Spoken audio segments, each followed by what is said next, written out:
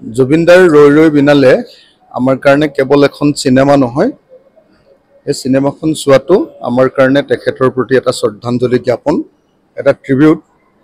আৰু সেইকাৰণে অসমৰ সব মানুহে চিনেমাখন চাবলৈ ইচ্ছা প্ৰকাশ কৰিছে।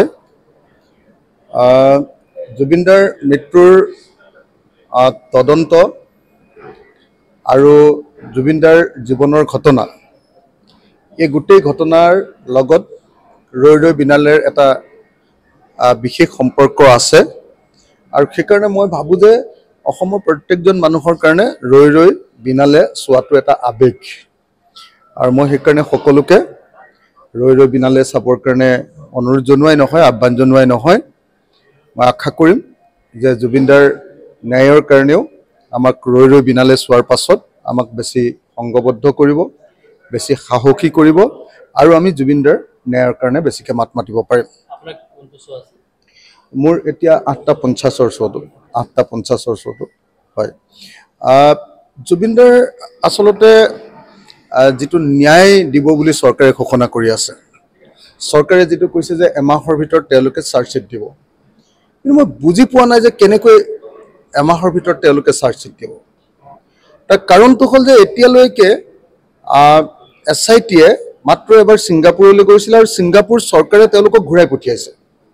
তেওঁলোকক একো এটা এভিডেঞ্চ নিদিয়াকৈ, একো এটা ষ্টেটমেণ্ট নিদিয়াকৈ আৰু একো এটা ডকুমেণ্ট ল'ব নিদিয়াকৈ তেওঁলোকক ঘূৰাই পঠিয়াই দিছে।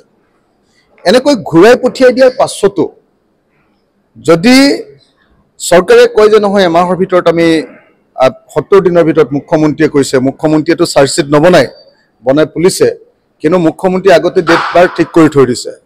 তাৰমানে চৰকাৰখনে এটা ফিটিং জাজমেণ্ট দিবৰ কাৰণে, ফিটিং এটা চাৰ্জশ্বিট দিবৰ কাৰণে তেওঁলোকে ঠিক কৰি থৈছে। আৰু মই নিশ্চিত যে যিখন চাৰ্জশ্বিট দিব, এই চাৰ্জশ্বিটখনৰ পৰা কেতিয়াও অপৰাধীয়ে কেতিয়াও 103ৰ অধীনত মৃত্যুদণ্ডও নহয়, 105ৰ অধীনত ছেকশ্যন BNSSৰ অধীনত কেতিয়াও যাৱজ্জীৱন কাৰাদণ্ডও নহয়। এইটো একদম খাটাং আপোনালোকে থাকিব পাৰে। জুবিনদাৰ তদন্ত যিটো চলি আছে, এইটো এটা একদম নিয়ম মাফিক তদন্ত, অকল আনক দেখুৱাবলৈ কৰা নাটক। মই সেইকাৰণে ভাবোঁ যেনে APSCত চাকৰি কৰা মানুহবিলাকে যেনেকৈ আকৌ চাকৰিবিলাক ঘূৰাই পাইছে, হাইকোৰ্টে অৰ্ডাৰ দি দিছে যে গোটেইবিলাকক আকৌ চাকৰি ঘূৰাই দিব লাগে, ঠিক তেনেকৈ মই ভাবোঁ যে যিটো লিগেল যিটো ফ্ৰেমৰ মাজেদি যাব লাগে, যে বিদেশত তদন্ত কৰিবলৈ ছেকশ্যন 112ৰ অধীনত কোৰ্টৰ পৰা লেটাৰ অফ ৰিকুৱেষ্ট লৈ যাব লাগে, সেইটো কৰা নাই। 208ৰ অধীনত ছেকশ্যন চেণ্ট্ৰেল গভৰ্ণমেণ্টৰ প্ৰায়ৰ পাৰ্মিশ্যন ল'ব লাগে, সেইটো কৰা নাই, একোৱে কৰা নাই। গতিকে মই ভাবোঁ যে এই গোটেই তদন্তৰ পৰা আমি একেবাৰে হেৰি নাপাওঁ। মাত্ৰ আপোনালোকে দেখিব যে চাৰ্জশ্বিট দিয়াৰ কেইদিনমানৰ পাছতে এই কেছটোৰ পৰা এইকেইটা মানুহে বেল পাই যাব, যিকেইজন মানুহক ধৰি ৰাখিছে চাৰ্জশ্বিট দিয়াৰ কেইদিনমানৰ ভিতৰত। 1 নম্বৰ কথা। 2 নম্বৰ কথা, তেওঁলোকক ধৰি ৰাখিবৰ কাৰণে পিছত বেলেগ বেলেগ কেছ লগাই হয়তো ইলেকশ্যনলৈকে ৰাখিব পাৰিব, যেনেকৈ ধৰক ED লগাব কৈছে, অৰ্থনৈতিক কেলেংকাৰী লগাব কৈছে।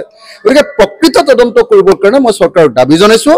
আৰু মই নিজে সেইকাৰণে আপোনাৰ SITৰ মুৰব্বীজনক ফোন কৰিছিলোঁ যে মই নিজে আপোনালোকৰ লগত কথা পাতিব খোজোঁ, মোৰ কথাখিনি ক'ব খোজোঁ, কিন্তু তেওঁলোকে লগ দিবলৈ সাহস কৰা নাই। ধন্যবাদ।